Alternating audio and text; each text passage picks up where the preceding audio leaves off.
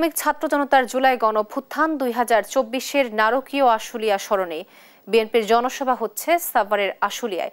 দর্শককে নিয়ে আরো জানাতে সরাসরি যুক্ত হচ্ছেন আমাদের সহকর্মী সাইফুল রিপন। সাইফুল, সমাবেশে কখন শুরু হবে আর উপস্থিতি কেমন দেখছেন, বিস্তারিত জানাবেন।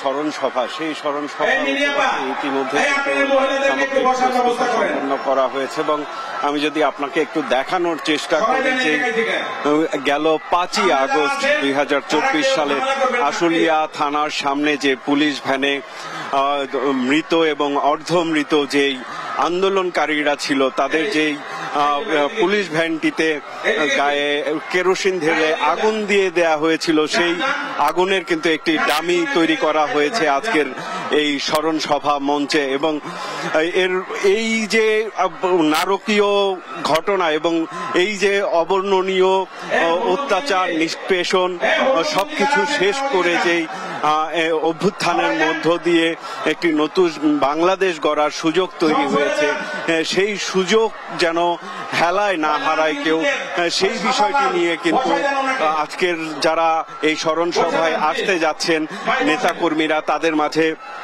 বার্তা দেওয়া হবে বিএনপির শীর্ষ পর্যায় থেকে। এবং বিএনপির ভারপ্রাপ্ত চেয়ারম্যান তারেক রহমান এই যে আজকের স্মরণ সভা, এই স্মরণ সভায় প্রধান অতিথির বক্তব্য রাখবেন। ইতিমধ্যেই কিন্তু এই স্মরণ সভাকে কেন্দ্র করে বিভিন্ন স্তরের নেতাকর্মী, ঢাকা জেলার বিভিন্ন স্তরের নেতাকর্মীরা কিন্তু ইতিমধ্যেই এসছেন। এবং আমি যদি আপনাকে একটু দেখানোর চেষ্টা করি, ইতিমধ্যেই যেই প্যান্ডেল টাঙানো হয়েছে সেই প্যান্ডেলের এখানে কিন্তু বিপুল সংখ্যক নেতাকর্মী এসে উপস্থিত হয়েছেন এবং বাইরে ছোট ছোট দলগুলো, বিভিন্ন ইউনিটের নেতাকর্মীরা ছোট ছোট মিছিল নিয়ে এই যে সমাবেশ স্থলে, স্মরণ সভা স্থল, সেই স্মরণ সভা স্থলে আসছেন। এবং বিকেল 3টায় নির্ধারিত সময়ে আজকের এই স্মরণ সভাটি শুরু হওয়ার কথা রয়েছে। এবং এখানে আয়োজকদের মধ্যে রয়েছেন যে ঢাকা জেলা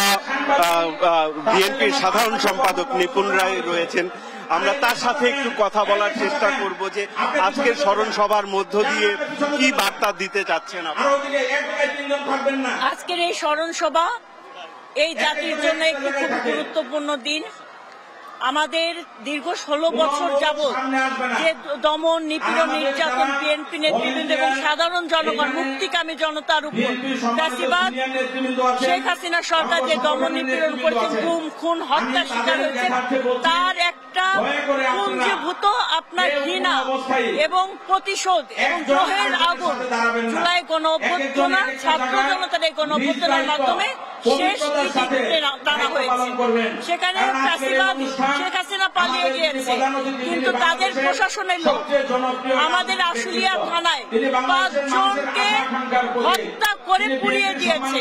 আর একজন ব্যক্তি সুস্থ ছিল, গুলিবিদ্ধ হয়েছে, তাকেও জ্যান্ত অবস্থায় পুড়িয়ে দিয়েছে। এটা খুবই মর্মান্তিক ঘটনা।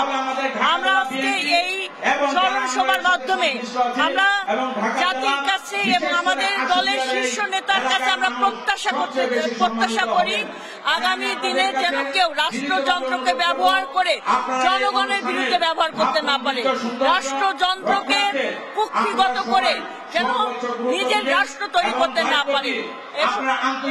শহীদ পরিবারের প্রতি আমাদের সমবেদনা এবং এর বিচার আমরা চাই।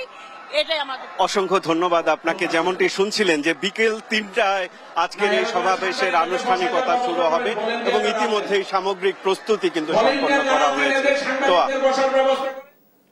রিপন, আপনাকে ধন্যবাদ।